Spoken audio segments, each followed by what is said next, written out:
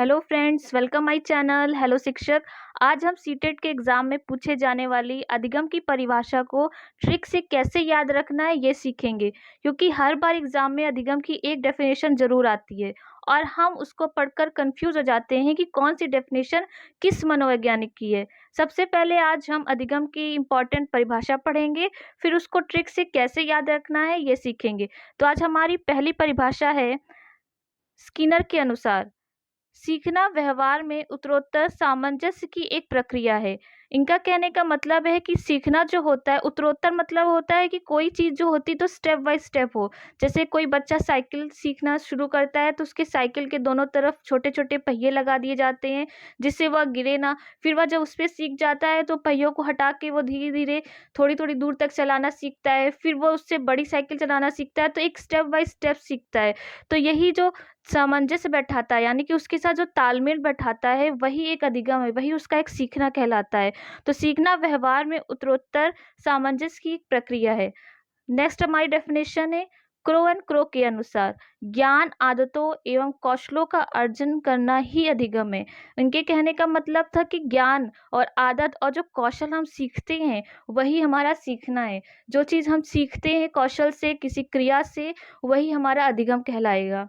Next हमारा जो परिभाषा है वो हमारी वुडवर्थ के अनुसार, वुडवर्थ के अनुसार नवीन ज्ञान और नवीन प्रतिक्रियाओं को प्राप्त करने की प्रक्रिया ही अधिगम की प्रक्रिया है। इनके कहने का मतलब क्या, जो नया ज्ञान होता है और जो नई क्रियाएं होती उनके जो सीखने की प्रक्रिया होती है वही हमारा सीखना यानी कि हमारा अधिगम कहलाता है। तो नए नए नए ज्ञान होते हैं, नई नई चीज़ें होती हैं, जो नए नए कार्य करके हम सीखते हैं वो सब हमारा ही अधिगम होता है। और नेक्स्ट हमारी जो लास्ट डेफिनेशन बहुत ही इंपॉर्टेंट आती है वह है हमारी गिलफोर्ड के अनुसार, व्यवहार के कारण व्यवहार में होने वाला कोई भी परिवर्तन अधिगम कहलाता है।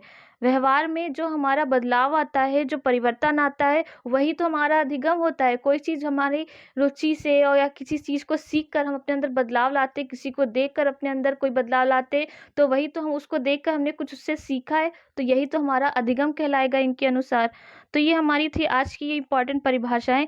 तो इनको लेकिन हमें याद कैसे रखना है, एग्जाम में हमें डेफिनेशन तो लिखने की आती नहीं है, तो हमें देख के कैसे पहचानना है कीवर्ड से कि ये अगर कीवर्ड आ गया तो हमारी कौन से मनोवैज्ञानिक की कौन सी परिभाषा है। तो आज की हमारी जो ट्रिक है वह है, वुड ने नवीन प्रतिक्रियाओं से क्रो का कौशल देखा, फिर स्किनर ने राजमार्ग पर उत्तर नहीं दिया, लेकिन इस व्यवहार के कारण गिल के व्यवहार में कोई परिवर्तन नहीं आया। अब अब इसको याद कैसे रखेंगे, वुड ने नवीन प्रतिक्रियाओं से, यानी कि जो वुड ने है उन्होंने नई प्रतिक्रियाओं से क्रो का कौशल देखा। क्रो का मतलब क्या होता है, कावा होता है, तो क्रो का कौशल देखा उन्होंने। फिर स्किनर ने राजमार्ग पर उत्तर नहीं दिया, वहीं से स्किनर जा रहे थे, उन्होंने उनका उत्तर ही नहीं दिया, लेकिन इस व्यवहार के कारण गिल के व्यवहार में कोई परिवर्तन नहीं आया। जो हमारा स्किनर का व्यवहार था उसके कारण, गिल मतलब गिलहरी के व्यवहार में कोई परिवर्तन नहीं आया।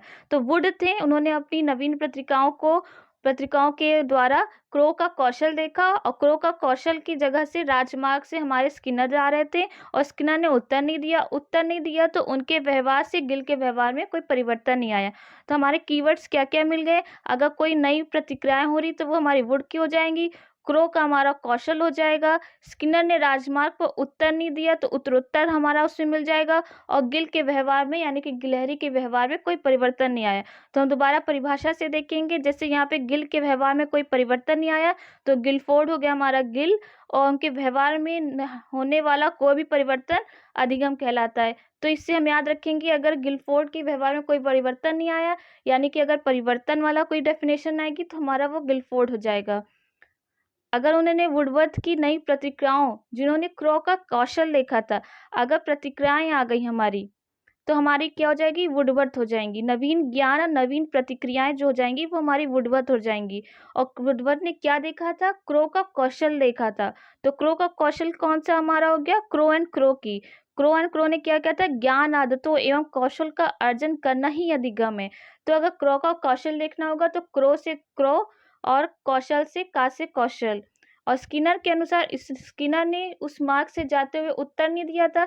अगर उत्तरोत्तर आ गया तो हमारा स्किनर हो जाएगा। बस आपको कीवर्ड याद रखना है कि अगर उत्तरोत्तर आ गया मतलब कि स्किनर ने उत्तर नहीं दिया था तो स्किनर की हो जाएगी। अगर क्रो का हमको कौशल देखना था तो क्रो ने देखा था क्रो का कौशल।